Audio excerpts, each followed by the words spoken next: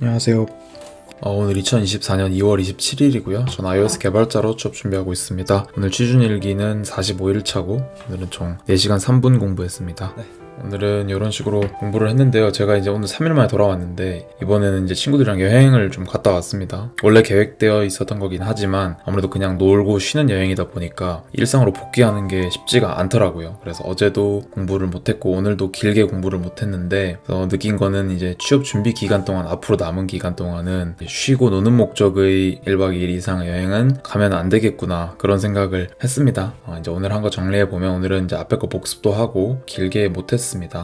오늘은 이제 스위프트에서 문자열과 문자를 어떻게 다루는지에 대해 공부를 했고 어떤 그 시스템이랑 보관법 같은 부분에 대해 공부를 했습니다. 이 아스키 코드와 유니코드 부분을 살펴보면 이제 우리가 어떤 문자를 컴퓨터에 저장을 할 때는 숫자 형태로 메모리에 저장을 하는데 영어 같은 경우에는 몇 개 안 되니까 아스키 코드라는 걸 통해 저장을 할 수 있는데 이제 뭐 한글도 그렇고 여러 다양한 문자들은 이제 유니코드라는 어떤 규약을 통해서 문자를 숫자로 옮겨서 저장을 하게 됩니다. 그 이제 유니코드의 어떤 숫자를 다시 이제 인코딩해서 메모리에 저장을 하게 되는데 거기 여러 가지 방법이 있습니다. 대표적으로 UTF-8이나 UTF-32 같은 방식이 있는데 UTF-8이 가장 대중적인 방식이긴 해요. 그래서 뭐 예를 들면 한이라는 한글의 글자를 UTF-8로 바꾸면은 237, 249, 156 되는 거고 UTF-32로는 54620이 됩니다. 이제 이 UTF-8 방식 같은 경우에는 이제 이 코드 값의 앞번호 숫자랑 중간 번호 숫자랑 뒷번호 숫자랑 저장하는 시스템이 좀 달라요. 그래서 앞번호 숫자, 예를 들면 영어 대문자 A 같은 경우에는 유니코드 값이 65인데 되게 앞쪽 번호다 보니까 이 1바이트만을 이용해서 저장을 하게 되고 중간대 번호 같은 경우에는 이 2바이트 그리고 한글 같은 경우에는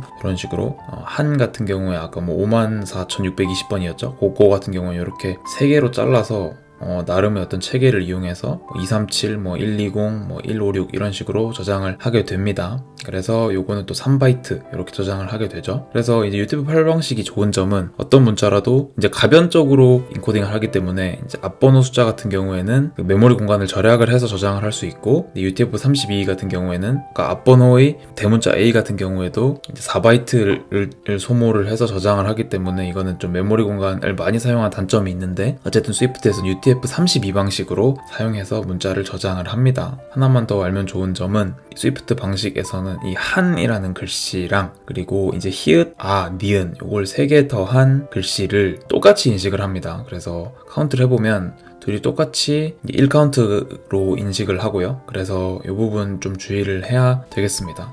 오늘 이렇게 했고 원래 생활하던 패턴이 좀 망가져가지고 빨리 이제 내일부터는 그 패턴을 되찾도록 좀 노력을 해야 될 것 같습니다. 오늘 여기까지 하겠습니다. 오늘도 영상 시청해주셔서 감사합니다.